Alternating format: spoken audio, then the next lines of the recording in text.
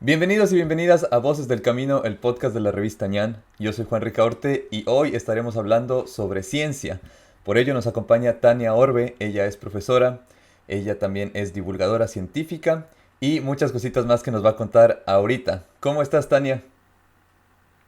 Hola Juan, un gusto estar aquí contigo. Todo bien, muy bien, gracias. Igualmente, un gusto tenerte aquí. Bueno, tú haces varias cosas, así que ¿por qué no empezamos contigo comentándonos qué es lo que haces, a qué te dedicas y qué andas haciendo por la vida? Perfecto. Bueno Juan, yo soy periodista de formación, sí, y ahora doy clases de periodismo en la Universidad San Francisco de Quito y me he especializado en periodismo científico desde hace unos 15 años por lo menos. Esa es mi gran pasión. Sigo haciendo periodismo científico para una red de ciencia y desarrollo mundial que se llama SciDevNet. Y ahora mismo estoy trabajando en una investigación sobre transgénicos en Ecuador, Colombia y Perú para una fundación que se llama Inquire First y su portal se denomina Historias sin Fronteras. Bueno, aparte de las clases, también edito publicaciones, organizo el Congreso Internacional Periodismo en Debate, la USFQ, que se da lugar cada noviembre. Y coedito la la serie monográfica Per Debate, que ya va para su cuarto volumen. El cuarto volumen publicamos en noviembre del 2020. Qué chévere. Felicitaciones. Suena muy interesante todo lo que me estás contando. Y vamos a indagar un poquito más. Quisiera empezar esta charla contigo comentándonos qué es la divulgación científica. Porque algunas personas pueden pensar que se necesita ser un científico tal vez para poder hacer divulgación o necesita ser comunicador. Y bueno, obviamente necesitas un poco de ambas ramas, pero ¿qué es exactamente la divulgación científica? Pues bien, la divulgación mezcla y es una confluencia, una convergencia de la comunicación y la ciencia. Entonces, tanto un científico como un comunicador o un periodista puede ser un divulgador. Sí, y de hecho, algunos de los referentes que nosotros tenemos en periodismo científico dejaron un poco su carrera científica para dedicarse a hacer periodismo o dedicarse a hacer divulgación. Uno de los referentes es Carl Sagan con su serie Cosmos, por Claro. ejemplo, o Pérez Tupinyá, que es un periodista español, el autor del libro El ladrón de cerebros, y la serie en televisión española que lleva ese mismo nombre. Pérez estaba siguiendo un doctorado en genética, pero finalmente terminó haciendo periodismo científico. Ahora, con la pandemia, vemos una mayor necesidad de hacer divulgación científica desde la comunidad científica como tal. Ya. Y algunos investigadores en microbiología, en epidemiología, que son las áreas más llamadas en el coronavirus, en Ecuador y en el mundo, han empezado a tener más presencia mediática y a explicar cómo entender al COVID en nuestra cotidianidad. Por citarte algunos nombres, están Esteban Ortiz, de la UDLA, Daniel Simancas, de Universidad UTE, Enrique Terán, Farmacología de Universidad de San Francisco, Paul Cárdenas, de Microbiología, Universidad de San Francisco. Pero hay otros actores que probablemente antes de la pandemia, ya llevamos casi un año, nosotros no oíamos esos nombres, ¿no? Estaban más en su círculo Sí, académico, sí. en su investigación que no llegaba a la comunidad en su totalidad. Entonces un gran reto para la comunidad de los divulgadores es ahorita salir de ese círculo, romper esas barreras que puede ser un poco que la información recorra entre ese grupo y allegados y que se expanda por más barreras, por más personas, ¿no? Eso podría ser un reto que está pasando ahorita con el tema de la pandemia. Sí, es un reto y es una tremenda oportunidad para la divulgación científica y para el periodismo científico, porque hay una ola de desinformación alrededor de qué mismo te contagia. Si tú sales a la ventana y tomas un poco de aire, ya te llega el virus. O también la desinformación alrededor de las vacunas. Desconfianza de creer que la vacuna sí puede ser efectiva Hay tergiversación, versiones que dicen que las vacunas podrían modificar tu código Sí, genético porque son vacunas basadas en genética. en internet hay todo este tipo de teorías conspirativas que, bueno, ni siquiera me gusta mucho tratar porque no las considero que deberían ser parte de nuestra manera de pensar y de ver esta realidad. Pero, ¿cuál es la realidad ahora, el día de hoy, con el tema de las vacunas? En primer lugar, ¿cómo saber y cómo darle esa confianza a las personas que nos podrían estar escuchando y que piensan de otra manera, eh, que la vacuna es real? Que la vacuna nos va a ayudar. Porque hay personas que dicen, ah, llegó rapidísimo, ¿cómo puede ser posible? Hay vacunas que se van desarrollando por 10 años y no salen al mercado. ¿Cómo es posible que esto se haya hecho a esa velocidad? No confío en eso. ¿Qué les dirías a esas personas? Pues sí, como tú ya mencionaste, hay una serie de teorías conspirativas y la desinformación tiene unos brazos, es como un pulpo que abraza a toda la humanidad y más cuando hay incertidumbre frente a un tema emergente. Estamos en una emergencia global. Cuando hay una emergencia, todo es creíble y todo también no es creíble. Sí, entonces la gente duda de todo. En la ciencia, el método científico se basa en el ensayo-error. Entonces hay que experimentar, probar y luego de esa experimentación identificar los errores, los aciertos e ir mejorando. Y esa es una investigación constante. Eso pasa en todas las partes del mundo. ¿Por qué creer ahora en las vacunas? Porque hay un consenso global. Y así funciona todo proceso científico. Hay un consenso científico. Entonces, no es una sola vacuna, ¿sí? Son varias que se han generado por primera vez, ¿sí? En 10 meses, pero también son las primeras vacunas basadas en el ARN, es decir, están hechas con base en biotecnología, basadas en código genético, pero que no implica que modifique tu ADN, ¿no? Entonces, claro, es una experiencia histórica.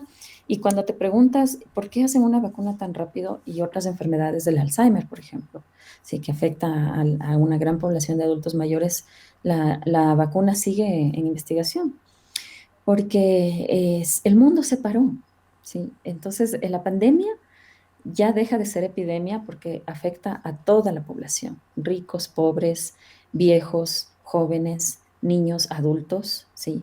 Entonces, el mundo está paralizado por un virus. Cuando el Ujú. mundo está parado, todos los esfuerzos globales de la comunidad científica se concentran en trabajar en una solución. Y eso es lo que ha pasado, ¿sí? En este último año que hemos visto la evolución de la pandemia. Pero según este concepto que estás manejando ahorita, si la comunidad científica se enfocara con esa pasión o con esa dedicación debido a esta emergencia para desarrollar una vacuna, en este caso, como pusiste tú el ejemplo del Alzheimer, ¿tú crees que eso podría pasar? O sea, estamos diciendo que es una consecuencia también de que nos afectó a todos sin excepción. Entonces, si es que esa comunidad se pusiera de acuerdo de la misma manera para hacer algo, en este caso, contra el Alzheimer, ¿tú crees que eso sería una realidad? ¿Funcionaría así? Por supuesto, pero más que los acuerdos científicos que esos existen, hay detrás los intereses económicos de los países, de las empresas privadas, del Estado, sí, a nivel público y a nivel privado. Y eso se ha demostrado a lo largo de la historia de la humanidad, del desarrollo científico. Por ejemplo, hay enfermedades como el VIH y el cáncer que, como afectan a toda una comunidad global, son más investigadas que otras enfermedades que son milenarias, históricas, pero solo afectan a los países pobres y tropicales, como la leishmaniasis, el dengue, ¿sí? Ujú. La malaria, Sí. ¿sí? Estas son unas enfermedades olvidadas por el mundo de investigación. Y no tiene que ver tanto con que faltan acuerdos científicos, ¿no? Sino que falta inversión. Quiero contarte que los investigadores sí recordaron cuando empezó esta pandemia de COVID-19, SARS es un tipo de coronavirus, ¿sí? Ellos, cuando hubo la epidemia del primer SARS en el 2012 en China, podían haber hecho ya una vacuna para ese coronavirus y tener de alguna manera cruzado un primer código genético que hubiese sido una información clave para desarrollar una vacuna hoy. ¿Y eso tú dices que tuvo algún Esto, interés económico? Por eso no se hizo esa investigación, tal vez no se le dio la por importancia. supuesto, Ok. Por supuesto, o sea, en ese momento los gobiernos involucrados en esta epidemia, ni del sector público ni del sector privado hubo la necesidad o no vieron la necesidad de invertir porque no se volvió pandemia y la epidemia fue controlada.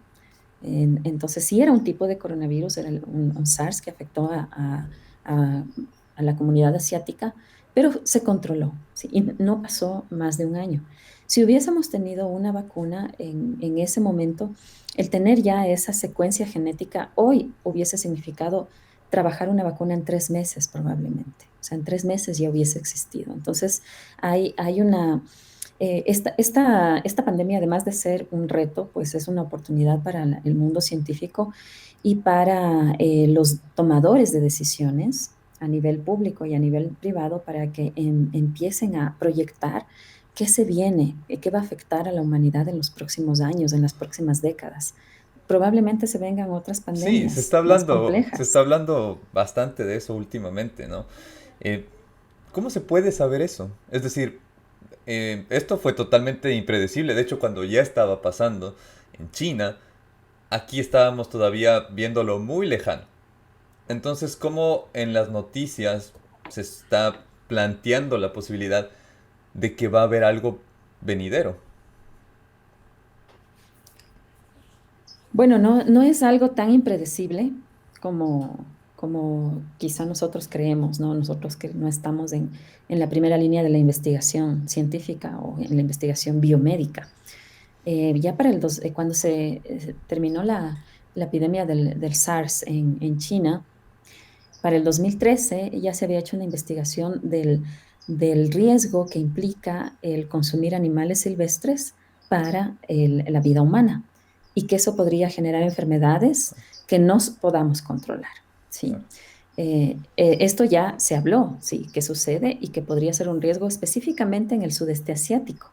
Pero no sucede solamente allí, ¿no? También hay otras comunidades del mundo que usan animales silvestres y allí pues los animales pueden transmitir ciertos virus que para ellos ellos son completamente inmunes a los seres humanos y los seres humanos no sabríamos cómo reaccionar.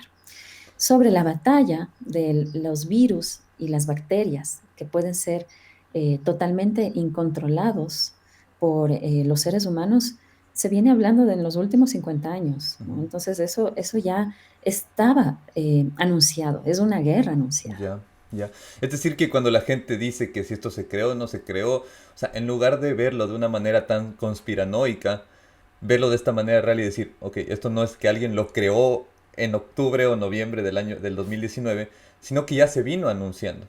Entonces, esa sería una manera tal vez de tratar este tema desde la divulgación científica, en lugar de como se trata, en este caso, por los medios, que últimamente se habla mucho de, fue creado, no fue creado.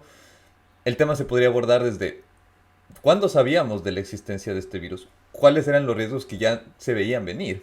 Eso sería tal vez una manera más científica de abordar el tema. ¿Tú crees que deberíamos llevarlo por ahí? Por supuesto, es que aquí hay un gran proceso de alfabetización digital en que no solamente estamos involucrados los periodistas, los científicos en este caso, o los tomadores de decisiones, las autoridades de gobierno de las empresas públicas y privadas. Hay un gran ejemplo de desmitificación de bulos, de desinformación, de información errónea. Es un portal español en habla hispana que se llama Maldita Ciencia. Y Maldita Ciencia lo que hace es precisamente contar, a ver qué tan de cierto hay que se creó en un laboratorio. ¿Por qué es falso? ¿Por qué podría ser cierto? ¿Qué efectividad tiene el dióxido de cloro si volvemos a la pandemia, ¿no? Entonces se hacen estos análisis y lo están haciendo en plataformas digitales, en redes sociales, hasta están innovando en TikTok, por ejemplo, para llegar a los más jóvenes. Ujú.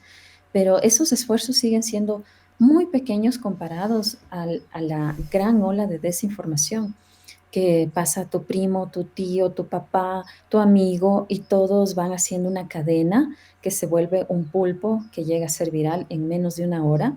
Y hasta que se cumplan pues, los procesos de verificación, nosotros no tenemos una hora, ¿no? Nos demoramos un poco más. Entonces aquí lo que la UNESCO ha referido en estos últimos años es trabajar en alfabetización digital. Mm, Somos analfabetos digitales. Eso sí. significa que no sabemos cómo manejar los lenguajes en la ¿Y red. te refieres a todas las generaciones al hacer esa afirmación? Sí, sí, todas las generaciones, Porque hay sí. gente que piensa que la Eh, gente menor ya viene con eso integrado. Pero realmente, ¿cuál es el uso que se está dando, ¿no? A esas plataformas? No solamente es cuestión de ver y saber al respecto, sino de saber lo que consumes. A eso te refieres con analfabetización, supongo. claro, exactamente. Ser consciente de la información que consumes. Y tú mismo, como ciudadano, a ser de fact-checker, de verificador, ¿no? Claro. Dudar de lo que te llega y verificar de dónde, cuál es la fuente. ¿Es una fuente confiable? ¿Es una información en la que debo creer? Sí. Y Facebook, como gran monstruo de red social, ha puesto a trabajar un departamento solo para borrar cuentas falsas o dejar que no aparezcan en las primeras entradas informaciones que sean de dudosa procedencia, ¿sí?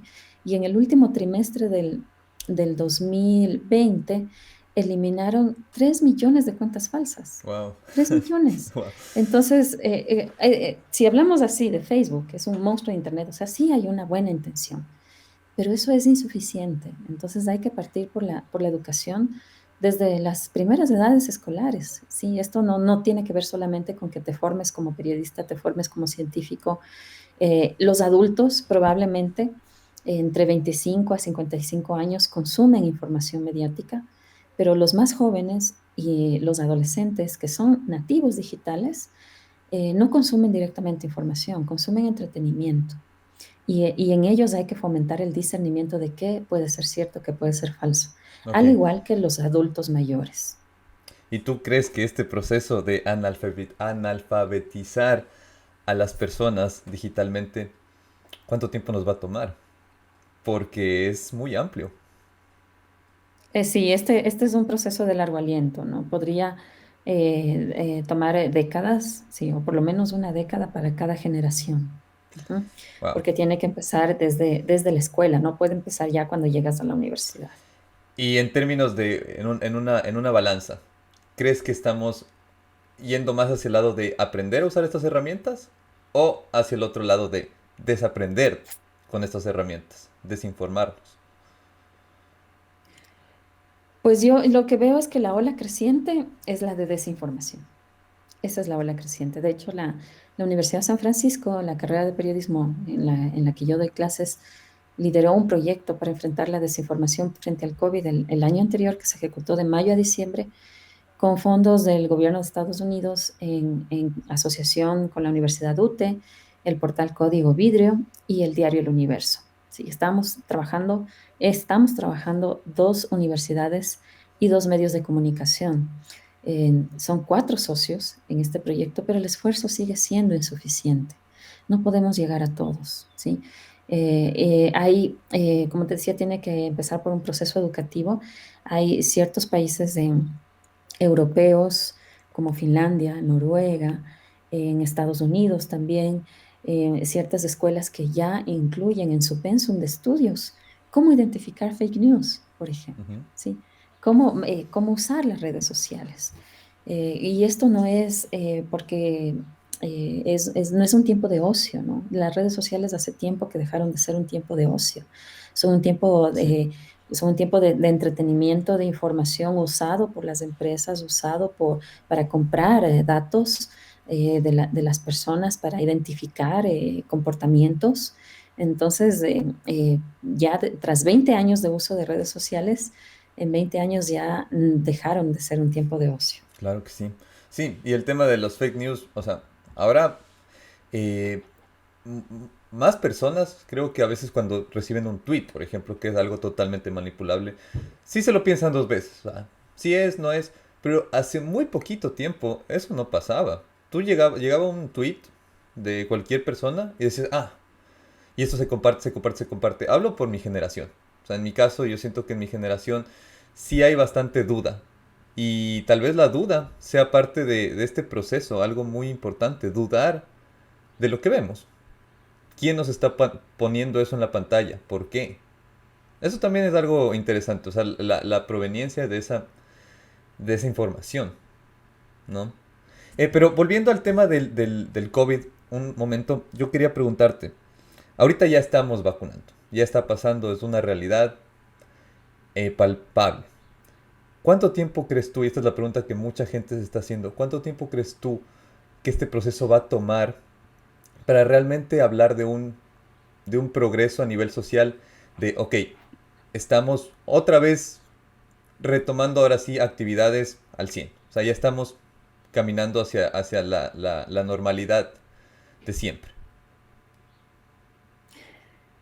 Bueno, yo no soy bruja, ni soy futurista, Juan, pero yo lamento decir que yo no creo que volvamos a la normalidad de antes, jamás. Sí, eso no va a pasar porque hay muchas actividades que se pueden hacer desde el confinamiento, que se pueden hacer desde la casa, desde el teletrabajo. Antes ya había teletrabajo, pero ahora eso se afianzó. Claro. Entonces, hay ciertas funciones administrativas que no dependerán de ir a una oficina y significará un ahorro para las empresas. Ujú. Ahorro también en transporte, ¿sí? Y eso probablemente se vaya a mantener. En el caso de la educación, sí, que es mi campo directo, sí, educación universitaria, la teleeducación probablemente sea combinada, ¿no? Entonces, cuando recibas clases teóricas, tú puedes hacerlo vía telemática. Y cuando tengas las clases prácticas, pues ahí se harán las reuniones. Pero en la educación inicial, cuando hablamos de 3 a 5 años, los expertos en educación han referido que eso realmente no puede funcionar, ¿sí? Los niños en su primera infancia necesitan el contacto físico para aprender. Pero yo estoy a nivel universitario, ¿no? Entonces son diferentes ámbitos, diferentes edades en que se va dando la organización de la vida. Ahora, como te decía, esta no va a ser la primera y la última pandemia de este siglo. La comunidad científica ha alertado, sí, que se vienen virus más resistentes, las mutaciones que ya estamos viviendo con el mismo COVID, Claro, ¿no? sí. Luego podrá aparecer otro coronavirus o si no otro tipo de virus, Dios. quizá que se ha desarrollado de otra manera o puede ser también proveniente de animales o bacterias, ¿sí? La resistencia a los virus y bacterias viene asociada al cambio climático, a la sobrepoblación en el mundo. Entonces, esta es una oportunidad para estudiar cuáles son las posibilidades de supervivencia que tenemos como humanidad en los próximos siglos. Y aquí es donde tienen que invertir fuertemente las empresas privadas, las empresas públicas y los estados de todo ¿Y el eso va a mundo. pasar? ¿Tú crees que eso va a pasar a raíz de lo que estamos viviendo? Esto, esto no lo sé, no lo sé. Yo no soy ahí gobierno, no soy gobierno, pero te puedo contar lo que ha dicho la OMS pues, sobre las vacunas y Ajá, qué está pasando. sí. Cuando ya se dieron las primeras vacunas a finales del 2020, la OMS ya anticipó que no se iba a dar una venta directa de los laboratorios para promover que los estados, todos los estados tengan acceso y puedan vacunar a su población, pero que ese podría ser un riesgo para que solo los países más ricos, ¿sí? Pueden Los países más adquirirlo. ricos tengan las vacunas y los países pobres, en cambio, queden relegados. Claro que ¿Mm? sí. Y eso es lo que ya vemos, eso es lo que ya está pasando. En América Latina, los países que más alta tasa de vacunación tienen son Chile y Brasil. Y en África no han llegado ni 20 dosis de vacunas por país. No están muy lejos de nosotros tampoco, entonces. Lamentablemente es así. Porque en Bueno, Chile en, ya en tenemos un millón Ecuador, de personas vacunadas. Ah, no en estoy comparando Chile, con Sudáfrica, pero también en nuestro país está bastante lento. En comparación con Chile, que recién alcanzó al millón de vacunados. tengo amigos en Chile que ya recibieron su vacuna y obviamente se vuelve una esperanza, ¿no? Es una esperanza para los ecuatorianos, pero también es una esperanza un poco inalcanzable, ¿no? Estamos viviendo un proceso electoral de muy dudosa reputación, todavía no sabemos qué candidato va a segunda vuelta, aunque ya nos dicen que seguramente o va a ser Guillermo Lasso, se está pidiendo un reconteo a que se abran las urnas, etcétera. Pero sí quisiera contarte que en el manejo de la pandemia y en especial el discurso del gobierno frente a las vacunas ha sido un discurso muy alentador. Sí, han llegado solo en la primera entrega 6.000 dosis y en esta semana deberían llegar pues por lo menos otras 6.000. Pero cuando el ministro de Salud, Juan Ceballos, habla de que empieza un plan de vacunación masiva para el Ecuador y que ya empiezan a llegar las primeras dosis, está jugando con la esperanza de la gente. ¿Por qué? Porque me hace creer a mí, sí, Tania Orbe, de 38 años, que yo también voy a estar vacunada en este año. Y eso no va a ser. O sea, 6.000 o pongamos, incluso hasta si fuera 1.000.000 de dosis de vacunas que no van a llegar en este año, ¿sí? Porque hay que hacer un pedido, los laboratorios también ya tienen sus pedidos agendados, ya. Si llega 1.000.000 de dosis de vacunas, no va a llegar a la gente que está entre 20 y 60 años. Claro. Sí, los primeros vacunados pues tendrán que ser los adultos mayores, los médicos, el personal de salud. Entonces no hay que jugar con la esperanza de la gente porque también en mi idea de verdad, sí, que es el fenómeno que conocemos como posverdad, el común de la gente que hace, ya llega, ya están las vacunas, ya llegan las primeras dosis, ya al fin podemos salir.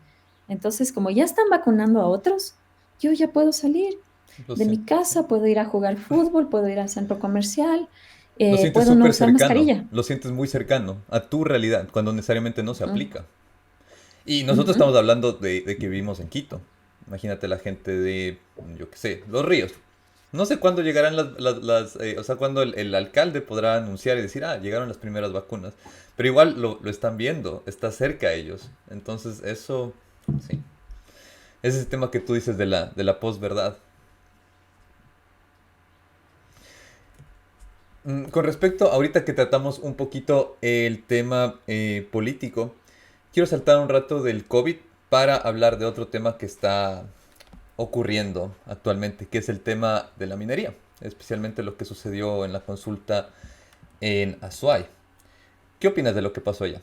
¿Qué te indica que esta provincia ya lleva un tiempo luchando por los derechos de las comunidades y del agua, del medio ambiente? Y tuvimos este resultado aplastante. ¿Tú habías visto venir algo así? Sí, lo venía a venir. Y esto tiene que ver con un activismo social, un activismo político, pero político ambiental, que tienen sobre todo las nuevas generaciones, ¿no? El preámbulo de esto es la comunidad de Yasunidos. Sí, todos por el Yasuní, todas las firmas que se recogieron para que no haya explotación petrolera en el Yasuní, ¿sí? Sí. Que no prosperó, es cierto, fue una idea de gobierno cuando la comunidad internacional que iba a donar ese dinero pidió que haya un fideicomiso administrado por un actor externo que no sea el gobierno ecuatoriano. El gobierno en ese entonces de Rafael Correa dijo no, sí, nosotros somos libres de administrar nuestro dinero. Y ahora vemos que sí hay una explotación en el Parque Nacional Yasuní, que es una reserva de biosfera del mundo. Es uno de los bosques milenarios de la Amazonía, el pulmón del mundo. Sí. ¿Okay? Entonces, sí lo venía a venir y también en las elecciones que acabamos de vivir el 7 de febrero, vimos que Yacu Pérez, que es un candidato que está entre segundo y tercer lugar compitiendo, y Javier Herbas, ambos candidatos incluyeron en sus propuestas de campaña políticas ambientales, Sí. ¿sí? Derechos humanos, derechos ambientales, que los otros candidatos no las figuraron ni siquiera en su campaña política, ¿no? O sea, lo dicen, Entonces, un poco, pero no está ahí. exacto, no está sentado, hay que revisar los planes de gobierno en este caso. Se incluyen también las minorías, los grupos LGBTI, ¿sí? Los derechos en cuanto a género, derechos humanos en relación al aborto y también los derechos ambientales, ¿no? Además, recordemos que Yacu Pérez, que es el candidato de Pachacutic, fue prefecto de la SUAY. Ujú. Y él antes se llamaba Carlos. Cambió su nombre por Yaku, que significa agua. Y en su momento él también cuando era autoridad de prefecto de la SUAY, libró una batalla para evitar que haya explotación minera en su provincia. Por una razón muy plausible, que es que no se deben explotar recursos mineros en las reservas de agua. Sí, porque las reservas de agua pues son las fuentes que nos dan a nosotros vida. El agua es Totalmente. vida. Ujú. El momento en que dejemos de tener agua dulce, corremos Se peligro como acabó. humanidad. Sí, pero a ver, el tema, claro, esto es bastante obvio, o sea, el por qué preferir el agua que la explotación minera. Pero a nivel de no ponerlo en esta balanza, en esta comparación, la minería es necesaria, ¿no? Pero ¿por qué es tan mal vista por todo el mundo si es que al mismo tiempo nos beneficiamos de ello? Al igual que la explotación petrolera, la explotación minera en nuestros países no ha mostrado que nos saque de la pobreza. Si estamos, vamos a la explotación petrolera primero. Desde 1920 se encontraron los primeras reservas de petróleo en Ecuador, solo en nuestro país.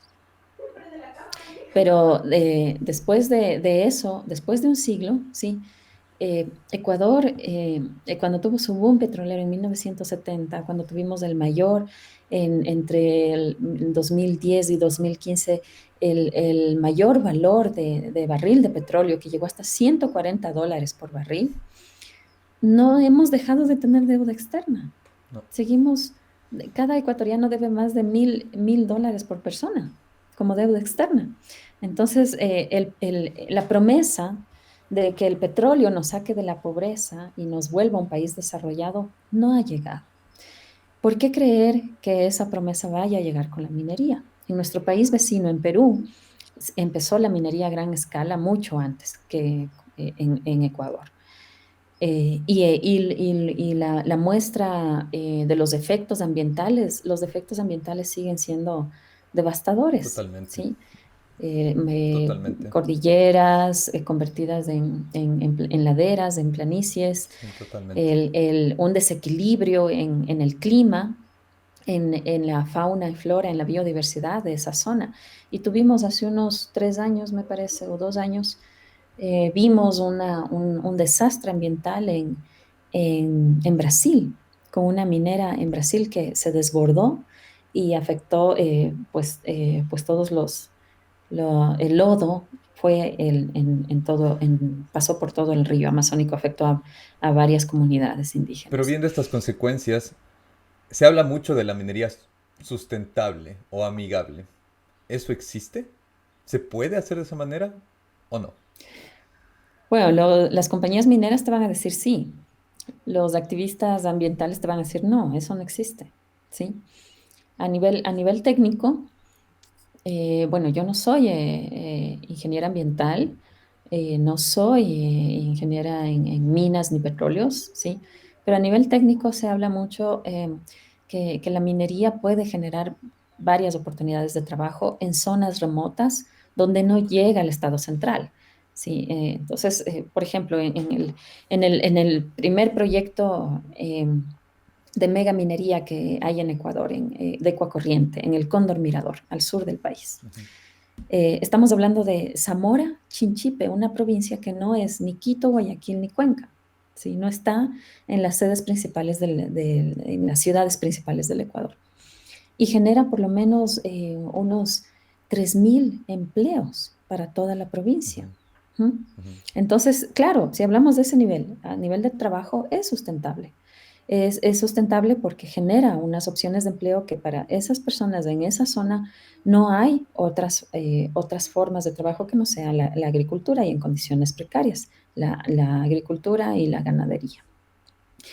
Pero a nivel ambiental, sí, y te estoy hablando desde el punto de vista técnico, los impactos no pueden ser reducidos, Ujú. ¿sí? Hay ingenieros ambientales que trabajan precisamente en minimizar los impactos, pero cuando sobre todo es minería, a cielo abierto, ¿Qué es lo que está cambia más de el moda aquí? panorama. ¿No? Cambia el panorama y eso según los expertos mineros también depende de los yacimientos, ¿sí? En el Cóndor Mirador se está explotando cobre y se exporta lodo de cobre, concentrado de cobre, o sea, no se hace una extracción más comprimida, se exporta lodo de cobre a China. Sí, Ecuacorriente es una filial china. Eso ya está pasando, pasa desde hace un año. Y Cóndor Mirador en específico ha tenido por lo menos 5 sanciones ¿Pero ambientales. qué nos O sea, ha referimos sido con el lodo de controlada. cobre? ¿Qué es exactamente? Empiezas a extraer de la montaña, ¿Ya? pues donde está el yacimiento, se pasan por unos procesadores que parecen unos tubos, como unas concreteras gigantes, y de allí pues sale ese concentrado de cobre que tiene también partículas de otras cosas, otros minerales, otras piedras, tierra, ¿sí? Entonces no sale específicamente solo el cobre, Mm, ¿sí? Pero eso se está pasando, se va vía marítima wow. a O China. sea Y en que China con sí lo que sea que hacen esté ahí, con lo que sea que hay, o sea, si es que hay oro, sí, si es que hay lo que sea, se fue. Y eso tiene se un fue, mismo claro. precio. Ahí Claro, salimos en pérdida. bueno, aquí lo que hace el Estado ecuatoriano es conceder, ¿sí? O ceder en concesión tierras durante 20 o 30 años Uf. para la explotación Pero minera. ese es un tema. Hay por ejemplo, lo que hablamos ahorita del Amazonas en Brasil. Hay zonas que yo creo que si pasa este tipo de desastres, nunca se vuelven a recuperar. Y en 20 30 años hay una posibilidad muy grande de que eso pase. Entonces yo creo que la gente que está a cargo de esto lo sabe, pero no están viendo un futuro. Y si es que son 30 años puede pasar eso. Una zona con un desastre minero, petrolero, ¿se puede recuperar en algún momento o muere? La recuperación puede ser mucho más larga del tiempo de explotación, ¿sí? Pero el mundo como tal, sí, el planeta como tal, la biodiversidad del planeta, eh, pro- probablemente vuelva a reencauzarse, aunque el ser humano ya no esté presente. En- no sabemos cuánto tiempo nosotros estaremos más en el planeta. Hay hay un libro, sí, sí, perdón, ahí. Ujú. Hay un libro que se llama el, el mundo sin nosotros. ¿M? El mundo sin Y nosotros. el mundo sin nosotros, exacto, de Alan Weisman. ¿Ya? En este libro se anticipa precisamente cómo sería la subsistencia del planeta, ¿sí? Sin el ser ¿Y humano. qué dice? Y se anticipa, por ejemplo, que en Manhattan, Nueva York, o todos los rascacielos, ¿no? Van a ser tomados por las Los plantas. rascacielos. Sí, Wow. sí, sí, incluso se tomarían por las plantas endémicas que muchas de ellas ya desaparecieron, pero la fuerza de la naturaleza será mayor que las construcciones de cemento Y y por ejemplo, volverán a la ocupar capa de esos ozono espacios. también se reconstruiría. No necesariamente porque la capa de ozono protege la vida de los seres humanos y la vida de los animales y las plantas, ¿no? ¿Ok? Entonces puede ser que haya un cambio, sí, en la estructura, sí, en la estructura del planeta, pero pueda seguir funcionando sin necesidad de que nosotros estemos presentes. Totalmente. Totalmente. Entonces, sí, tenemos que, para entender un poco eh, en qué estamos, ¿sí? Tenemos que ver un poco la historia, ¿sí? Cómo hemos actuado en la humanidad y de esa manera nos podemos proyectar hacia el futuro, ¿no? Hay dos visiones frente al cambio climático, hay dos visiones, ¿no? La una fatalista, que el ser humano va a desaparecer y el mundo seguirá su curso y la humanidad se extinguirá como especie, Ujú, como parte de la teoría de la evolución, ujú. ¿sí? Y la otra, que no es tan fatalista, es que se puede revertir ese proceso, ¿no? Que frente al cambio climático se puede volver a ejecutar acciones que promuevan una vida más saludable, ¿no? El crear huertos urbanos, el usar transportes ecológicos, no al plástico. ¿Y tú crees Sí, que tú por cuál te vas? ¿Por la fatalista o por la otra? esa es una pregunta de examen. A ver, yo quiero tener esperanza para la humanidad, ¿no? Quiero creer que mis hijos, mis nietos y toda mi descendencia van a tener un mundo posible en el que vivir. Pero creo que sí, en algún momento nos va a llegar la extinción. O también puede ser la transformación, eso se anticipa en las películas, ¿no? La transformación hacia la era cyborg, hacia la Que, era que mecatrónica. no es tan lejana, ¿no? No, no, ya es una realidad, ¿sí? Sí. Entonces, probablemente ya dejemos de ser seres humanos sensibles y nos convirtamos en seres humanos biónicos y cada vez más mecánicos, más robóticos, Que ya es una realidad también. O sea, nuestro ¿sí? cuerpo cumple todas nuestras funciones básicas, pero el aparato con el que estamos hablando ahorita cumple todo el resto de ellas, ¿no? Por supuesto, por supuesto. Y bueno, tienes en Japón una cultura que se ha desarrollado a nivel telemático, que es la de los hologramas. Ujú, Te enamoras de un holograma sí. y vas a conciertos de un holograma. Como estas plataformas como Second Life, que es esta vida virtual secundaria en la que tú te creas un perfil y tienes tu propia vida ahí, que dicen que es mm, como 10 veces más, no, mucho más, no me acuerdo un porcentaje, pero mucho más grande que el planeta en sí. O sea, la información que está dentro de esa plataforma, la superficie, los lugares, es 10 veces todo lo que hay en nuestro planeta. Entonces, esa es la cantidad también de información que está ahí en la nube, ¿no? Pues sí, la Big Data, el Internet es fascinante por toda la información que, que puede atrapar, ¿no? En cuestión de segundos. De hecho, en la evolución de la tecnológica, la revolución tecnológica en la que vivimos muestra que una persona puede conocer en una hora la información que en el siglo XV una persona no llegaba a Guau. conocer en toda su vida, ¿no?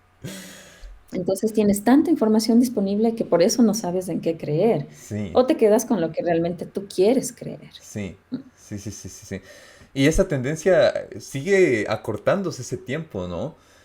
Todo lo que ya había, nuestros procesos como sociedad se están acortando cada vez más y más y más. Por ejemplo, hasta incluso con el tema de la pandemia.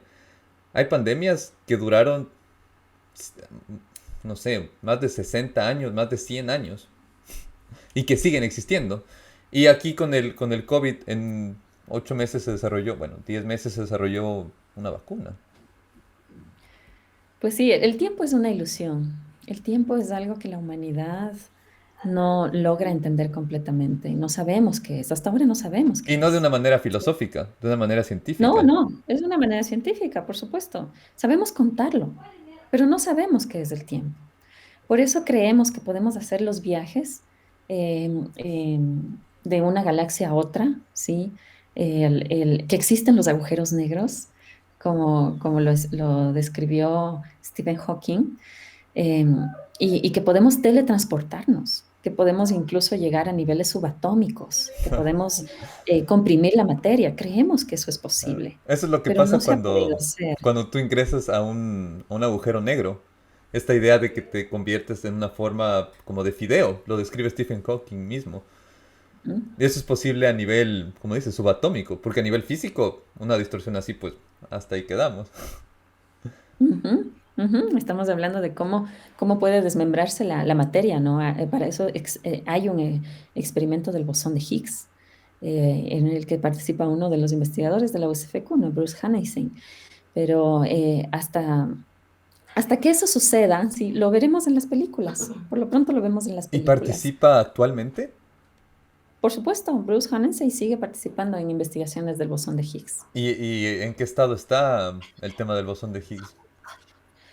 Pues ya me hiciste ahí pregunta de examen, ¿no? Por lo pronto, existe lo que te puedo decir es que se desarrolló eh, el CERN, ¿sí? El CERN, que es la Organización Europea para la Investigación Nuclear, ¿ok?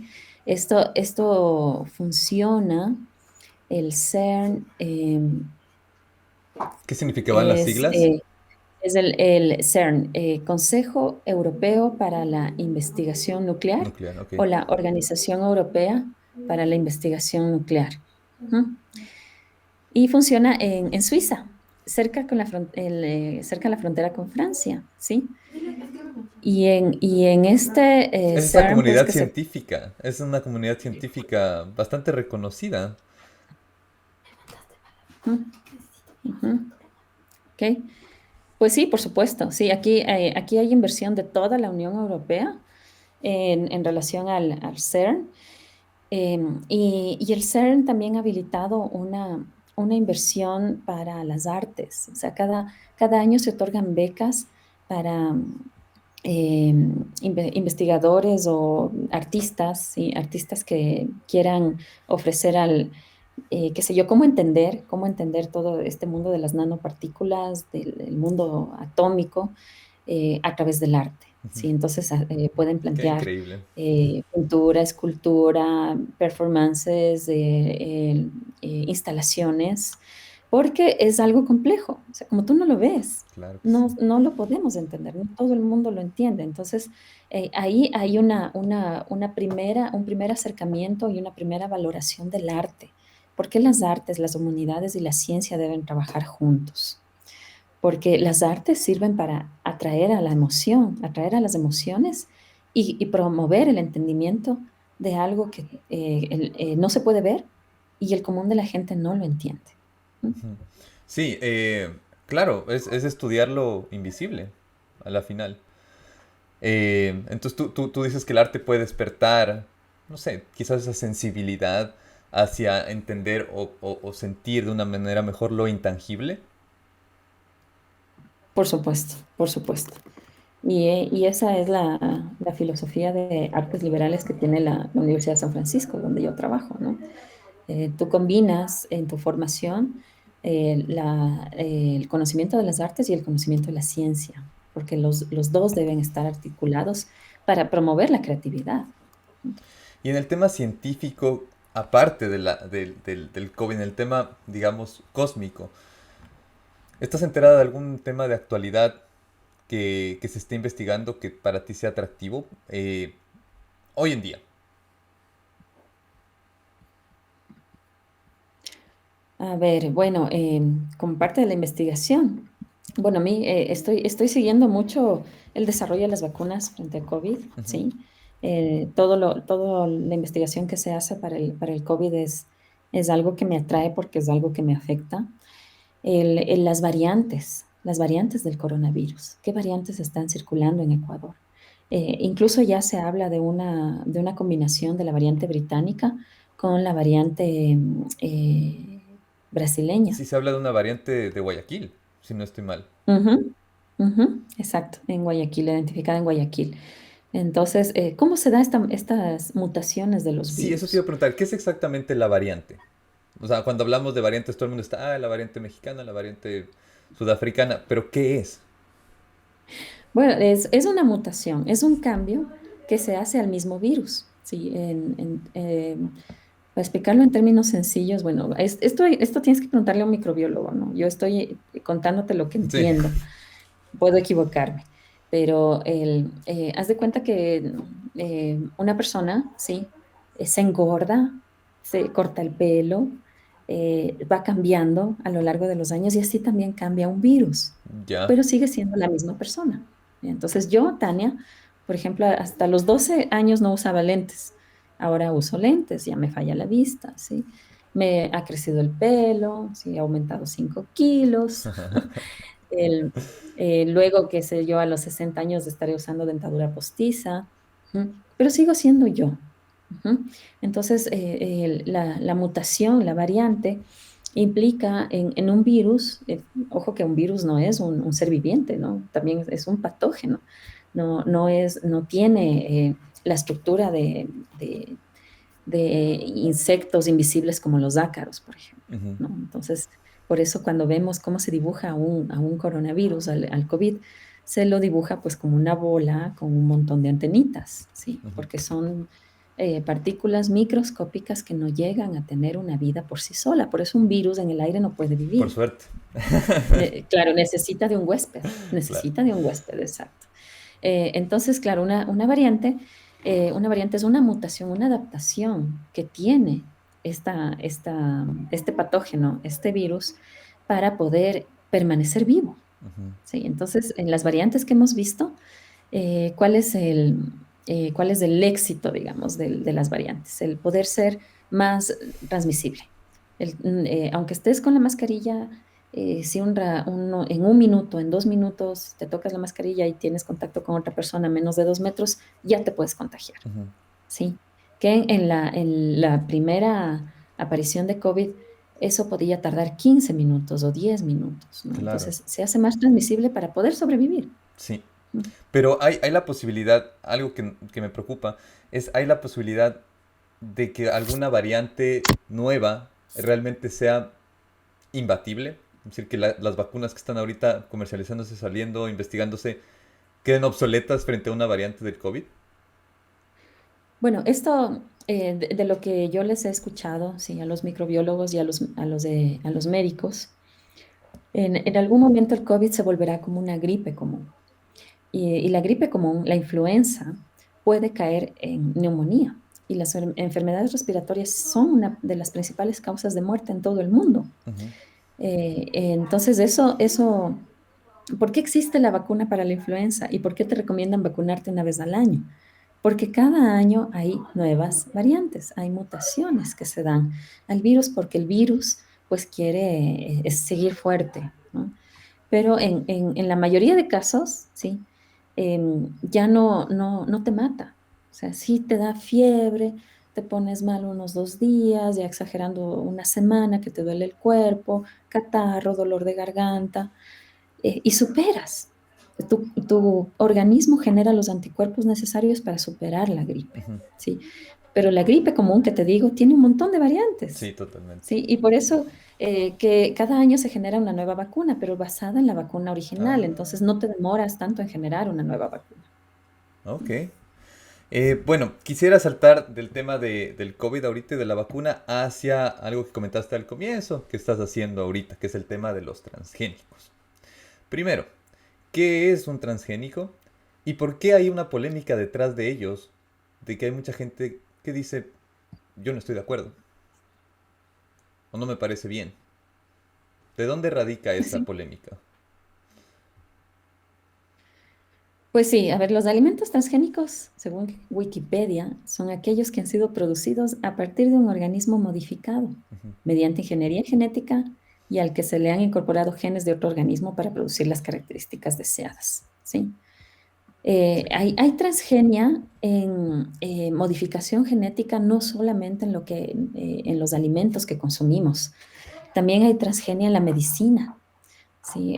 Por ejemplo, en el sur del país, en Loja, se desarrollaron unas, eh, unas prótesis que se pueden poner en el cuerpo que no son de metal, que son basadas precisamente en genética, en organismos vivos, y luego tu cuerpo los va absorbiendo.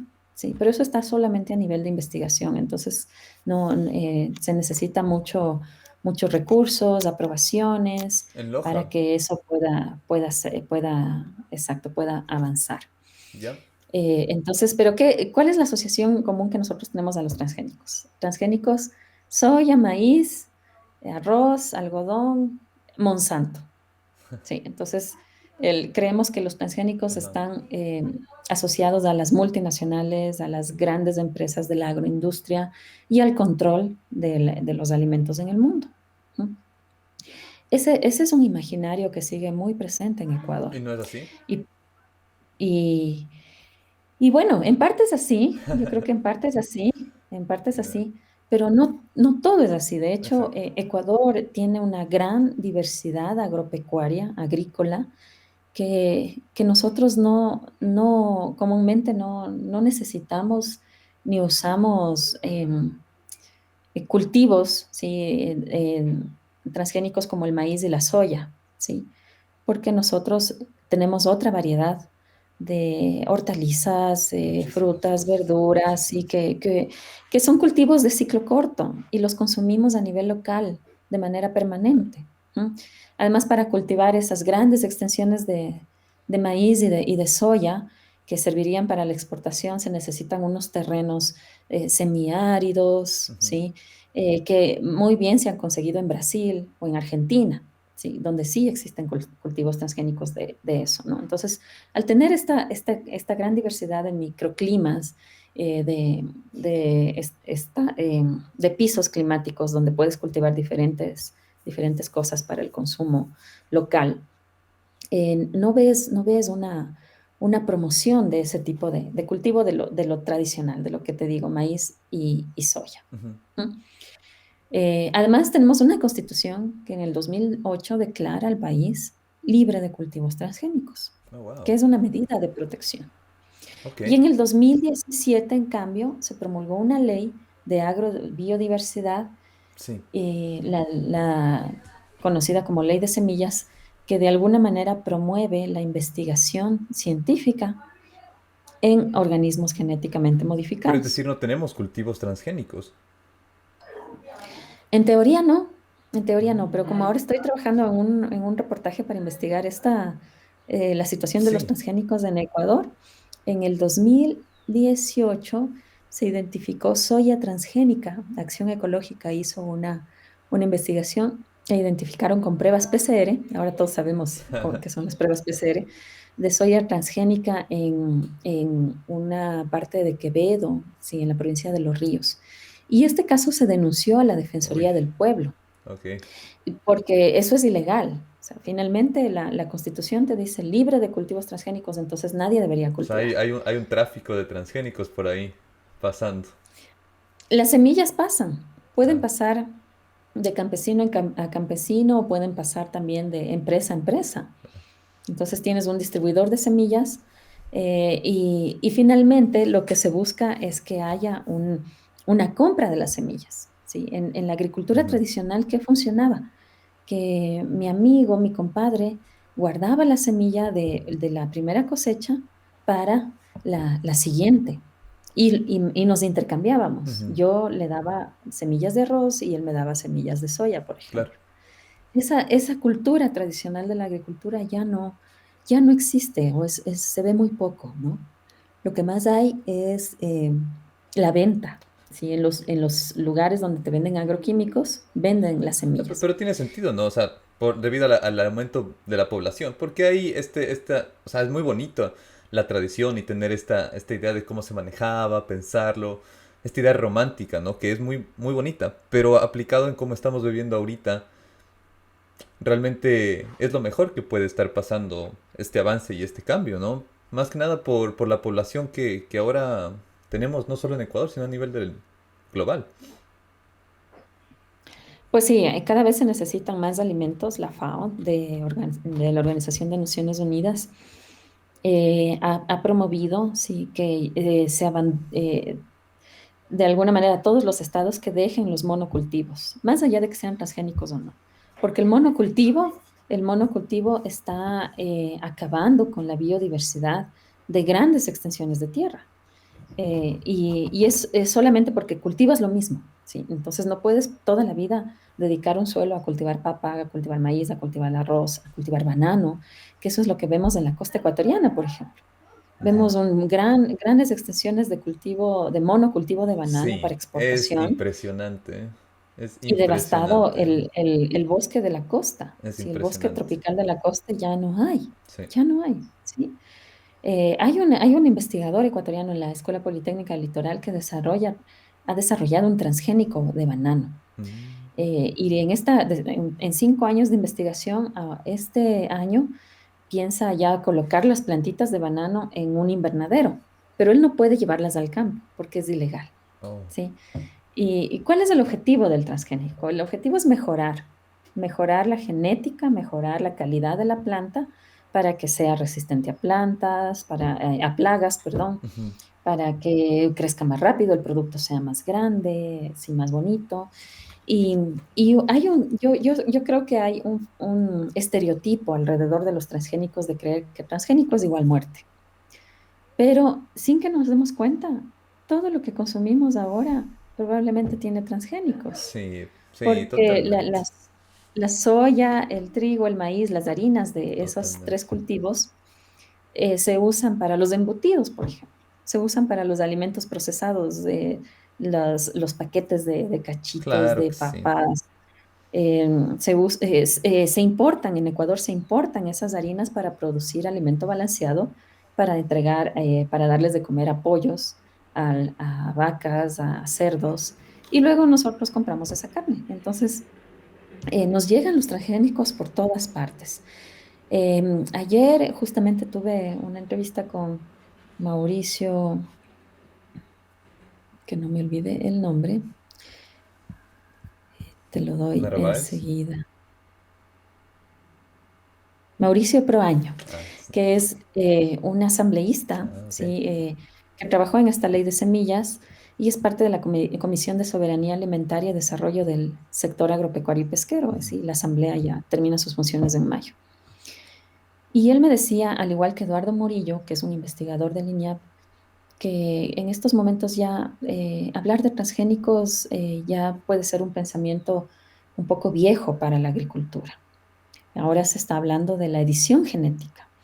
Y la edición genética significa que de una misma planta o de un mismo ser vivo, tú cojas los mejores genes y le fortalezcas con esos genes al organismo y quites pues los genes que le Mm. vuelven vulnerable, O sea, sin no hay necesidad esta de transición. introducir. No hay esta transición de un Exacto, elemento a otro, transferir los genes de uno a otro, sino mejorar los que ya están ahí. Qué exactamente, interesante sí, eso. sí, exactamente. Entonces, esto todavía no está reglamentado en Ecuador y como no está reglamentado, también se podría experimentar y no implicaría un riesgo de transferir, sí, otros genes Sí, a una planta, a un ser vivo. sí. De todas maneras, yo creo que el desarrollo o la evolución de los alimentos, en este caso, que es lo que más preocupa, los alimentos que consumimos ha sido mejoramiento genético, mejoramiento en campo, mezcla de semillas, durante todos los siglos que el ser humano, desde que el ser humano inventó la agricultura. Pero a la final este Entonces, tema, perdón que te corte, Tania, este tema de los transgénicos o de mejorar los genes que ya están, a la final tienen un fin económico. A ver, me explico. La idea de mejorarlos es para poder hacer que la agricultura trabaje de una manera más fluida, o por su parte hemos maltratado tanto el suelo y la tierra que necesitamos otro tipo de... Ya no podemos cultivar lo que cultivamos antes, sino ahora cultivamos estas frutas, vegetales con sus genes mejorados. sí, a ver, em, yo creo que así como hay intereses económicos, también hay intereses sociales. Desde el lado de la investigación, pues hay el interés por generar una transferencia de tecnología a los agricultores. Y desde las empresas agroindustriales, pues hay un interés por mejorar el costo de la producción, por Claro, supuesto, ok. ¿sí? La pregunta aquí que tenemos que hacernos como sociedad es qué tan viable o qué tan ético es hacer tanta transformación genética y a quiénes nomás beneficia, ¿sí? ¿Vale la pena? ¿Sí? ¿Vale la pena hacer esto? Y aquí volvemos a la historia, ¿no? A la historia de la evolución de los alimentos. Si tú revisas cómo era un maíz, una planta de maíz hace 1000 años, pues probablemente era una planta que tenía una tusa pequeña y 3 granos. Claro. El tomate riñón igual, era un tomate pequeño, quizá más agrio, no se hacía tan rojo, y con la evolución, sí, se vuelven alimentos más grandes, más sabrosos, más jugosos, con más granulados, Y etcétera, habría sí. ejemplos contrarios, tal vez, que antes había ciertos vegetales o frutas que ahora tal vez no conocemos y se fueron desgastando. Lo que ha sucedido y, más que el efecto contrario, es que hay alimentos que han desaparecido o se van perdiendo. De la red de guardianes de semillas, por ejemplo, Sí. déjame ver el nombre nada más. Es Javier Carrera, sí, sí, el coordinador de la red de guardianes de semillas, Javier Carrera, me contaba que existe un fréjol de árbol que se llama porotón, que es un fréjol que el árbol puede vivir 30 años y es un fréjol grande, que tiene más valor nutritivo Wow. que el fréjol que comúnmente conocemos y que se cultiva en 6, 9 meses Que y igual que tiene un alto después la valor planta nutritivo, muere. pero me imagino ¿cómo será? Si tienes un árbol que vive 30 Wow, años, en teoría, pues es más beneficioso para el agricultor, totalmente. pero son plantas, cultivos que se van perdiendo porque no son los que se encuentran en los supermercados, en los mercados, y no son tampoco los más baratos. ¿M? Y así mismo pasa con la papa, Eso te ¿no? iba a En la decir papa justamente de la papa. Justamente sí, la hay papa. más de 30 variedades y Hay colores. muchísimas. Y solamente vemos la chola y la super chola en todo lado, ¿no? Y hay un Sí, montón. porque claro, y porque la gente prefiere la papa que se cocina rápido y que dura más, o sea, que no le salen raíces en 6 meses, Ujú, bueno, estoy exagerando, que sea amarilla, la comida suave, ¿sí? Y esa es la super chola, la chola, ¿no? ujú. Tenemos una papa muy pequeñita que es amarilla, la comida muy deliciosa y se llama chaucha, la papa chaucha, Ya, sí, sí, he sí. escuchado. Y esa se cultiva en 2 o 3 meses. Pero si tú la tienes en tu casa, más de una semana ya le salen raíces y ya Mm, no es atractiva para el consumidor, ¿no? Entonces ahí se puede trabajar un mejoramiento genético para que en la no papa tenga chaucha esas raíces. para, para que dure un Ah, poco más. interesante. Exacto, Ok. sí. Entonces, yo creo que no, hay que desmitificar un poco el creer que todo transgénico es malo. Yo no soy pro transgénicos, sí, tampoco significa que todo transgénico es bueno. Mm, Hay que seguir un principio de precaución, ¿sí? Y como todo en ciencia, en la ciencia hay ensayo-error. ujú. Pero el de los transgénicos ya vemos una historia de por lo menos unos 50 años, ¿sí? 50 años y finalmente estamos consumiendo transgénicos. Hemos desarrollado otras enfermedades también porque vivimos más tiempo como humanidad. Sí, frente al siglo XIII en que la gente moría a los 20 años en promedio, ahora el promedio de vida es 75 años. Por eso hay las enfermedades metabólicas, Ujú. sí, las asociadas al sedentarismo. Por eso dicen que el estar sentado, sí, más de 8 horas diarias es el nuevo Uf. tabaquismo. Lo que estamos haciendo nosotros, tú y yo, Sí, sí, sí, es, sí. es una Sí adicción. afecta. Por eso hay que moverse. Sí. Pero el tema ya para finalizar lo de los transgénicos, yo tengo una duda. Cuando tú haces o sea, ya generas esta extracción del gen, lo pones en otro lado, eh, ¿eso tiene alguna patente o tiene un dueño o tiene alguien que lo hizo y por lo tanto le pertenece esa fórmula? ¿O es una Claro, comunidad en el que beneficia realmente a la comunidad en sí? claro, aquí tiene una patente. Si es desarrollado por una universidad pública, pues tendría una patente pública. Pero el asunto con los transgénicos, y esto es por principio de precaución, es que te dan una semilla de una planta, tú puedes cultivar esa planta, pero cuando ya muere la planta no tiene semilla. O sea, la semilla tiene una sola vida. Ujú. ¿Sí? Entonces tú cultivas un maíz, salen las plantas de maíz, pero de la mazorca, si tú quieres secar los granos y volverlos a sembrar, no tendrás, no tendrás una nueva producción, ¿no? Entonces eso también es una forma de controlar el mercado, Claro, de asegurar la patente, sí, y ya no son las semillas tradicionales, ¿no? Las que se usan sí. cruzadas entre Sí, compadres. porque yo creo que ¿M? la Entonces, mayoría del conflicto para la gente que tiene sus dudas con respecto al tema transgénico ya no es tanto el transgénico en sí o el tema agricultura en sí, sino el negocio, ¿no? Lo que se mueve detrás de esas patentes, ¿no? Que a la vez son necesarias. pues sí, y solamente los cultivos enormes y los monocultivos, la agroindustria fuerte, grande, es la que genera rentabilidad. Pero si tú tienes una chacra de 1.000 metros y ahí quieres cultivar maíz, probablemente generes pérdida, ¿sí? Entonces, la agricultura campesina, aquí finalmente estamos hablando del control, ¿sí? El control de patentes de semillas desde la agroindustria. Pero los pequeños campesinos, los pequeños agricultores, siguen siendo los más deprimidos en la agricultura y de hecho no viven o no pueden vivir totalmente de la agricultura o de las actividades agropecuarias. En el campo, eh, probablemente por un choclo no le den más de 10 centavos, ¿sí? Porque venden los sacos de Ujú, choclos, claro. ¿sí? Y encuentras en el supermercado que te Uf, venden 4 choclos en $2, sí, ¿sí? O el es banano, tenaz. ¿sí?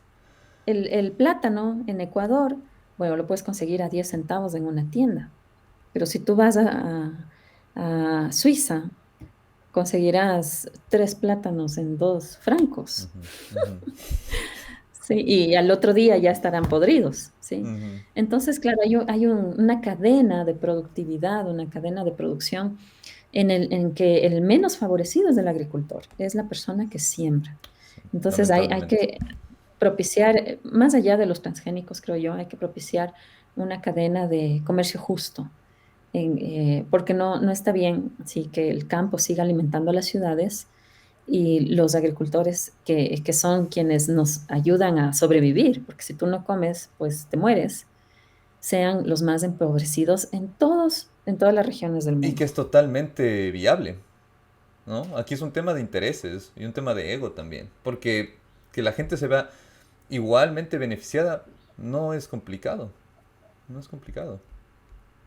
Ujú. Pues sí, hay una cadena de comercio justo que es un ejemplo mundial desde Ecuador, que es del chocolate Pacari, Claro. ¿sí? El cacao fino de aroma del Ecuador es muy valorado en el mercado internacional, pero no es el fruto, ¿sí? El fruto y los granitos que tiene adentro no son los más grandes. Ujú, Entonces no es el que más se cultiva en Ecuador, ujú. porque no es el grano más grande. El que más se cultiva, pues es otra variante. Pero esta empresa Pacari, pues ha logrado tener una cadena de los productores del cacao fino de aroma para que produzcan el chocolate.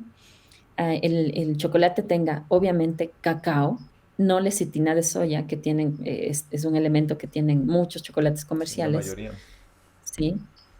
Y además tiene un valor agregado. Es un chocolate que te cuesta más, ¿no? Son cajitas de 20 centímetros por 5 centímetros que te cuestan $3, ¿sí? Pero la gente está dispuesta a pagar su valor Sí, por el sí se sabor, valora.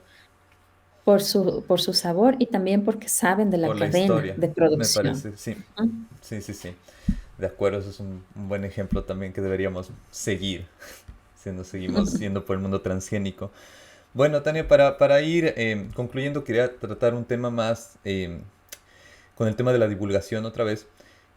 Ahorita hablamos de que en Ecuador se está haciendo, se está uniendo y se está luchando en contra de la desinformación, a través también a raíz de lo que ha pasado del COVID. Pero a nivel de ciencia, ¿qué está pasando? Te quiero preguntar directamente con el tema Yachay. ¿Está operando? ¿Qué pasó con Yachay ahorita? Porque bueno, entre pandemia, elecciones y todo lo que está pasando, no he escuchado absolutamente nada. ¿Qué está pasando por ahí? Bueno, la Universidad del Conocimiento que nos vendió el gobierno anterior es un elefante blanco. Y junto a Yaichai también está la Universidad IKIAM, la Universidad Amazónica, dos entidades que se crearon en la década de Correa. Eh, no quiero entrar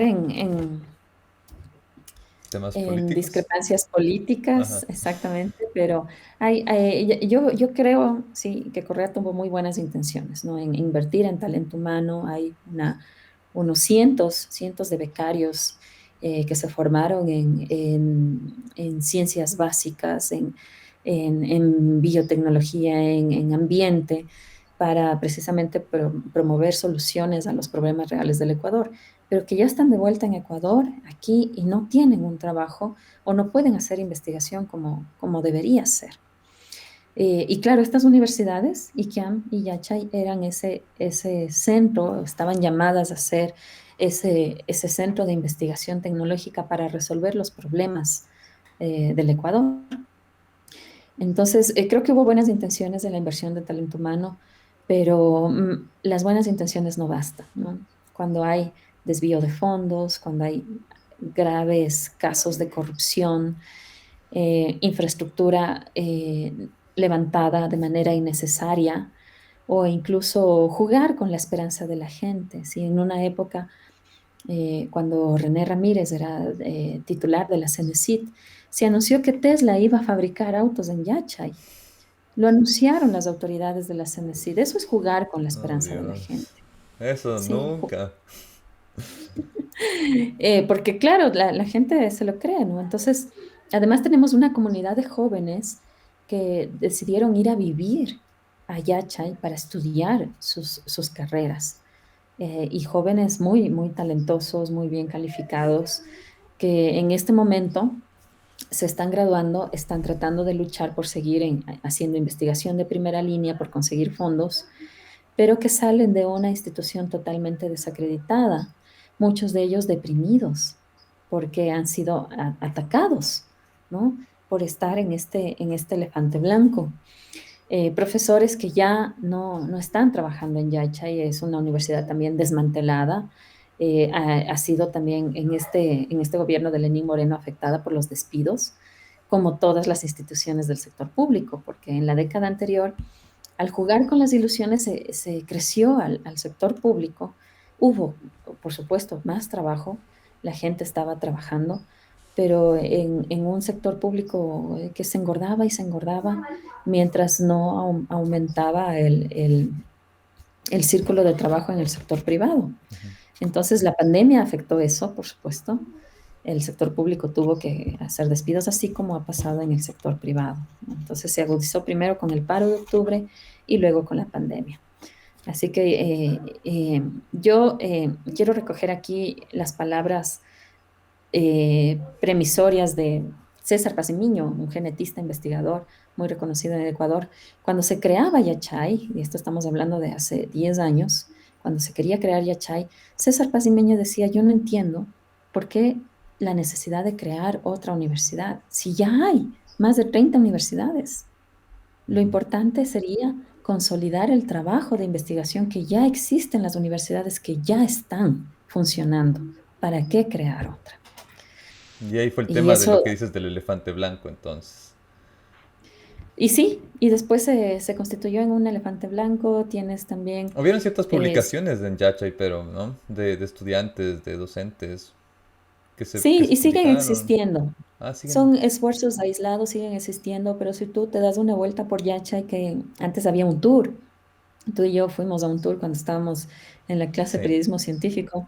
Entonces se conocía el huerto, dónde iban a ser los laboratorios, las clases, las residencias de profesores, de estudiantes, todo nuevo. Y de repente todo lo que se empezó a construir ya quedó ahí, ya están los hierros oxidados. ¿M? Entonces se ve Qué pena. como una construcción abandonada. ¿Y tú crees que ese va a ser el futuro de Yachay? ¿Ser una estructura abandonada y ahí quedó? Yo la verdad me sumo a las palabras de César Paz de Miño, que en un principio, antes de que se empiece a construir Yachay, lo dijo. Yo no veo necesario tener más universidades, no. De hecho, hay una cosa que yo aplaudo mucho del gobierno de Rafael Correa, que durante ese gobierno se hizo una limpieza de las universidades que funcionaban en garaje. Sí. ¿Sí? Y que daban doctorado. O sea, había como 60 universidades que funcionaban en todas las partes del país y era en el garaje de una casa. Sí. Entonces, no necesitamos más universidades. Yo me sumo a este pensamiento. Lo que necesitamos es fortalecer el trabajo en red en las universidades que ya existen. ¿Y eso tú ves, tú crees que vaya a pasar en esta transición que estamos viviendo? ¿Cómo ves ese futuro a nivel universitario? dentro del COVID y elecciones, nuevo gobierno, ¿va a haber esa El inversión? Estado, el Estado debe promover el trabajo en red, pero no solo de las universidades públicas. Debe también abrirse a las asociaciones de centros de investigación, universidades públicas y privadas. La USFQ, que es una universidad completamente privada, sí, en varias ocasiones ha tenido bloqueo de financiamiento de fondos públicos, del fondo del gobierno, porque es una universidad privada. Pero en cambio es considerada la mejor universidad del Ecuador y la que más atrae fondos del extranjero, del Ujú, exterior. ujú. La USFQ en este momento está liderando la investigación del genoma COVID. Entregó la primera decodificación de la primera variante Ah, identificada sí. en Ecuador. ¿Y cuándo ¿Mm? pasó eso? Eso pasó el año anterior, sí, a la altura de entre mayo y julio. ¿Mm? Oh, súper Y pronto. ahora también, sí, sí, por supuesto. Es que eso, hay el contingente humano, hay el laboratorio para identificar, Claro. ¿sí? También la USFQ el año anterior empezó a hacer pruebas COVID en las poblaciones más remotas de la Amazonía. Recuerda que tenemos un programa de diversidad étnica para saber cómo está llegando, si está o no llegando el COVID a las comunidades indígenas del Oriente.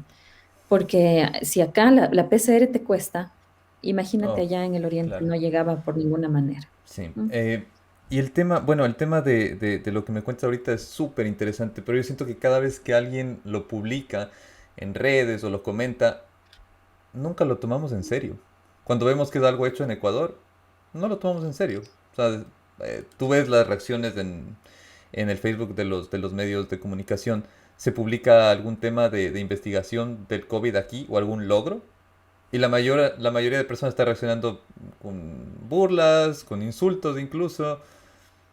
Sí debemos tomarnos más en serio también como sociedad las investigaciones que se hacen acá para que puedan seguir creciendo. Sí, sí, por supuesto. Sin afán de justificar las reacciones de la población, también hay un descrédito de qué se hace en Ecuador y hay una desconfianza, una decepción por lo que hemos visto del manejo desde las autoridades, de las autoridades de gobierno frente a la pandemia. Casos que ya se han denunciado, ¿no? La compra de pruebas rápidas en lugar de pruebas PCR Ujú, y pruebas rápidas que te costaban $50. ujú, Cuando no das a esas pruebas rápidas no deberías pagar ni ujú. $10. Entonces ahora mismo vemos un caso con el alcalde Jorge Yunda, implicado ya, reconocido por la Fiscalía en relación a las pruebas Ujú. rápidas. La compra de insumos médicos, el sobreprecio de las mascarillas, de las fundas para cadáveres, donde están involucrada la familia Bucaram. Muchísima gente. Entonces, tú ves, claro, una decepción generalizada en la población frente al manejo de la pandemia, Ujú. que probablemente por eso también se mete a todos en el mismo costal, ¿no? También las universidades. Ese es parte del problema, así es. Sí. Pero el tema del COVID en la Amazonía, ¿cómo está la situación en las comunidades remotas? ¿Tú sabes? Bueno, al principio de la pandemia la gente estaba muriendo, así como ha muerto aquí y ahora tenemos una fuerte ola en Quito, porque muchos de ellos pues no tenían los Claro. anticuerpos o la fortaleza necesaria para enfrentar esta enfermedad.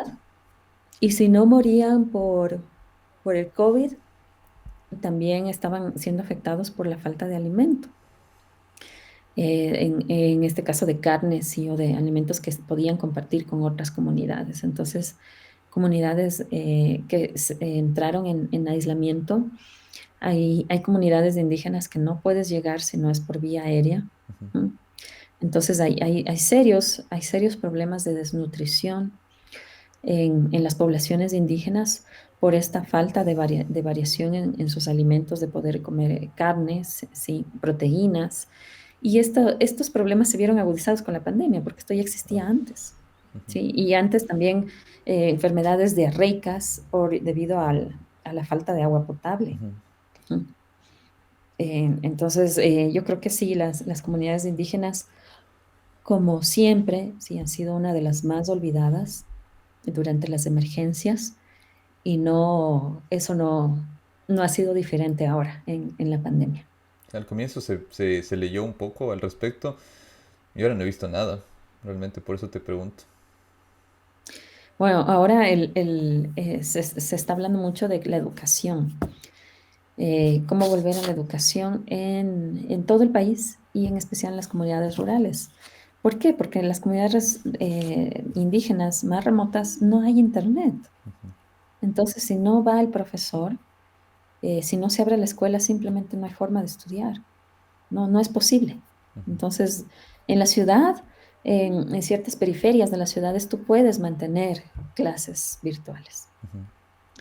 Pero justamente el 9 de febrero el Ministerio de Educación ha autorizado que en las comunidades Shuar se vuelva a clases presenciales con la coordinación de la comunidad y los profesores, Ya. porque no hay otra forma de estudiar. Sí, sí, sí, sí. Entonces eso va a pasar pronto. Es lo que se está pensando. Es más, creo que Ah, ok. ya estaba pasando, porque si muchos de esos niños, mejor dicho, todos sus padres salen a trabajar, Claro. se van a trabajar o a las petroleras, al transporte o al campo, Ujú, y los niños y jóvenes quedan solos ujú, ujú. todo el día. Sí. No es que vuelven al mediodía a No, comer, todo no, el día. quedan Hasta solos la todo el noche. día. Ujú. Ujú. Sí. Bueno, esperemos que salga bien ese piloto de la educación y que ya la situación vaya cambiando. Ujú. Y tenemos, como sociedad, tenemos muchos problemas, muchas limitaciones asociadas a nuestra cultura, la corrupción. Ahora, de cierta manera, hay una esperanza por el cambio de gobierno, pero también hay una desesperanza. Sí, hay una desesperanza porque no llegan las vacunas. Somos uno de los países con más alto índice de mortalidad por COVID Desde el en comienzo. América Latina Desde el comienzo. desde el comienzo. Hemos estado en las primeras planas de los medios internacionales por eso. Ujú. Es que es una vergüenza, ¿no? A mí me han llamado colegas de otros países a preguntarme, ¿en verdad están cayéndose las personas en la calle? ¿Se está muriendo la gente en la calle? Y realmente es muy triste responder a esas preguntas. Con la pandemia se nota más la desigualdad del mundo y la desigualdad también viene dada por el conocimiento, ¿sí? Ujú. Entonces, toda esta filosofía que en la década anterior nos vendía Correa, yo sigo creyendo que son muy buenas intenciones, pero que no se llegaron a aterrizar. Sí, el trabajar por tener una sociedad de conocimiento, el dejar de vender materias primas para vender conocimiento. Ujú. Pero eso fue solapado por la corrupción, por el desvío de fondos. Tenemos hidroeléctricas que prometían Uf. ser una gran inversión. Es cierto, ya no tenemos los apagones. Sí, cuando yo estaba en el colegio, yo viví la hora existina, que me tenía que ir a las 5 de la mañana a tomar el bus para el colegio y a las 6 ya estaba en clases y supuestamente era recién las 7 de la mañana. Entonces sí, me levantaba en la oscuridad, un poco raro, ¿no? Pero vivíamos los apagones. Ujú. Probablemente tú ya no No, o viviste sea, los sí había, apagones. pero no teníamos que cambiar nuestro estilo a esa forma que tú estás contando ahorita. Porque dependíamos de la hidroeléctrica de Paute y cada día nos contaban si subió 1 centímetro la cota de agua, bajó, subió esperando que llueva. Vivíamos de eso, ¿sí? Ahora Wow. ya no dependemos de Paute, es cierto. Ya no tenemos apagones, es cierto. Pero ¿a costa de qué? Ujú.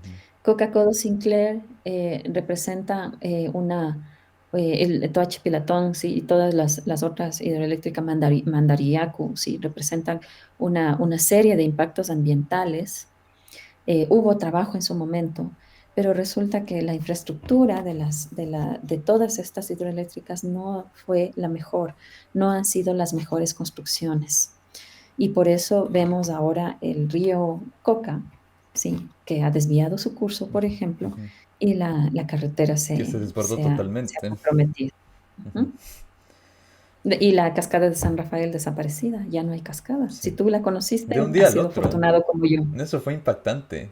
¿Cómo sucedió? Literalmente fue de un día al otro. No fue un proceso. O sea, bueno, fue un Ujú. proceso lo que fue pasando, pero el desaparecimiento fue inminente, ¿no? Sí, y en esto hay que tener muy claro que no es solamente la estética, ¿no? Es, ay, qué pena, No, se por fue la cascada, supuesto, ya no se ve bonito. es una destrucción Eh, total. la destrucción ambiental nos afecta. Yo siempre recuerdo las palabras sabias de Yolanda Katkabatse, es una ecuatoriana ambientalista y fue una de las directoras de la Fundación Internacional de la World Wide Foundation. Y ella dice, el ser humano es parte de la naturaleza. Ujú, Nosotros no podemos creernos dueños de ella. ujú. Por eso la naturaleza podrá seguir sin nosotros, pero en cambio nosotros no podemos seguir sin Exacto, ella. sí. Y creo que el rato que realmente lo procesemos y lo llevamos a la práctica, va a haber un cambio. Pero no sé si lo vamos a llevar realmente a la conciencia sobre la importancia que tiene para nosotros y lo poco relevante que nosotros somos para ella. Es así. Ujú, Pero ujú. bueno, para finalizar, quisiera irme con un tema un poquito más positivo, pero sí quisiera preguntarte antes de despedirnos, ¿cuáles serían para ti 5 destinos aquí en Ecuador que sean los más propensos o los más aptos o donde más sucede la divulgación científica? ¿De dónde vienen más, a dónde van más los científicos para hacer temas de investigación? Ah, bueno, a ver. Ay, si me pides que seleccione cinco, me quedo corta, me Sí, quedo sí, corta. no, pero Sí, no es necesario bueno, que sean ni en orden, ni bueno, siquiera. pero, ok. Bueno, sin duda Galápagos, sí, Galápagos son como islas volcánicas y la biodiversidad en flora y fauna ofrece un nicho de trabajo para la comunidad científica internacional que es muy atractivo, ¿sí? Solo en Galápagos me parece que existen más de 250 volcanes, Sí, es sí, solo en increíble. Galápagos. Sí, sí, sí. Y si vamos por los volcanes, hablamos ahora sí de la cordillera de los Andes, ¿sí? Los volcanes que se ubican especialmente en la Sierra Central, em, entre Pichincha y Cotopaxi, sí. Pero tenemos volcanes igual alrededor de toda la cordillera. Y siguiendo los volcanes, quienes quieran estudiar las aguas, están pues las aguas termales alrededor de esos volcanes, Ujú. ¿sí? Que siempre, me parece que, a ver, yo colaboré en un libro sobre el estudio de las aguas termales en las sierras del Ecuador y encontramos 100, al menos 100 fuentes de agua termal. Oh, wow. Y más de la mitad de ellas no son centros turísticos, ¿no? Sí, O sea, porque te iba a decir, lo que se conoce es Papayacta, la zona de Baeza, Baños, ya. claro. Por ejemplo, tú vas a Rumichaca, pensemos en la frontera Tulcán y Piales, Ujú, Carchi, Nariño, Ecuador, Colombia. ujú. Debajo del puente de Rumichaca hay aguas Oh, termales, wow. pero hay unos baños que parecen letrinas, olvidado Uf, por el no, debe ser Estado, terrible. eh, pero están allí, ¿no? Hay otros lugares, en cambio, que son solamente manejados por las comunidades rurales, las comunidades indígenas en Panzaleo, por ejemplo, y que no se han abierto al turismo, entonces solo van allá las comunidades. Ujú. Pero hay por lo menos 100 lugares fuentes de aguas Qué termales increíble. en la sierra. Bueno, El El Yasuní, por Yasuní supuesto. es un ejemplo mundial. Por supuesto. Los los árboles milenarios del Yasuní, la biodiversidad en flora y fauna que ofrece, el Polilepis, sobre todo el bosque mejor conservado en el norte del Ecuador, Ujú, es una fuente de agua, el árbol de papel, que ha sido muy deforestado por el avance de la agricultura en los páramos ecuatorianos, ¿sí? Entonces está el Polilepis y el Frailejón en el Carchi, ujú. la provincia del Carchi, pero que debería estar igual en toda En la todas sierra las del Ecuador y hay zonas. ciertas partecitas, sí, ciertas También en partecitas. el Cájalo hay bosque de Sí, sí, polilepis. desde el Carchi Ajá, hasta, por hasta eso. el, hasta De norte a sur. el Azuay, Ujú. sí, hay pequeños remanentes de Polilepis, pero el más grande, sí, Está es el que arriba. está en, Ujú, en el Ángel, sí. en el Ángel. Y en la costa, En la costa, estoy pensando en la costa, pues la reserva porque ya hemos del... mencionado todo lado, falta la costita. La costa, la reserva de Manglares Churute, sí Ujú, que tiene muchas cascadas allí dentro y frente tienes la playa de los frailejones, ujú. perdón, De los frailes, que es de hermosa. los frailes. Exacto, la playa de los frailes. Hay una playa en Esmeraldas también que se llama Playa Escondida, que es un acantilado. Ujú, Entonces eh, cuando sube la marea, se tapa la arena que ya se ha convertido en roca y baja la marea y quedan pequeñas piscinas ujú. para, para poder pasear por esas playas. Manglares Uf, también. sí, bueno, esto no es un lugar turístico, sí, pero los mejores manglares del Ecuador están en la parte que ha sido tomada por el Huacho, en la Tolita, sí, de San Lorenzo hacia Mataje. Allí están los mejores manglares del Ecuador. Ujú. También puede ser otro destino científico. Bueno, Tania, muchísimas gracias por tu tiempo, por toda la información súper valiosa, súper interesante que nos has proporcionado y nos has compartido el día de hoy. No sé si hay algo que se haya quedado tal vez sin decir. Si tienes algún pensamiento o reflexión final, me encantaría escucharla. Y muchas gracias por todo lo que has conversado y nos has compartido hoy. Gracias a ti, Juan. Es un gusto conversar sobre estos temas que nos apasionan. Y más que mensaje, pues quiero decirles a todos que la ciencia está creada para resolver los problemas de la humanidad, ¿sí? Entonces, invertir en ciencia no es un gasto, es más bien una forma de ver cómo sobrevivimos, Ujú. ¿sí? Está para eso. Y la ciencia pues está en todos los ámbitos, ¿no? Está en todos los ámbitos que nosotros creamos posibles en nuestra cotidianidad, ¿sí? Desde la cocina, la medicina, hasta la comunicación. Así es, en todo, justo lo que decíamos, lo tangible e incluso en lo intangible también, que ahora es lo principal, ¿no? Pero bueno, Tania, te agradezco mucho por haber estado conmigo en Voces del Camino y espero poder charlar nuevamente pronto. Un gusto, Juan. Gracias por la invitación. Muchas gracias, que Adiós. te vaya muy bien. Chao.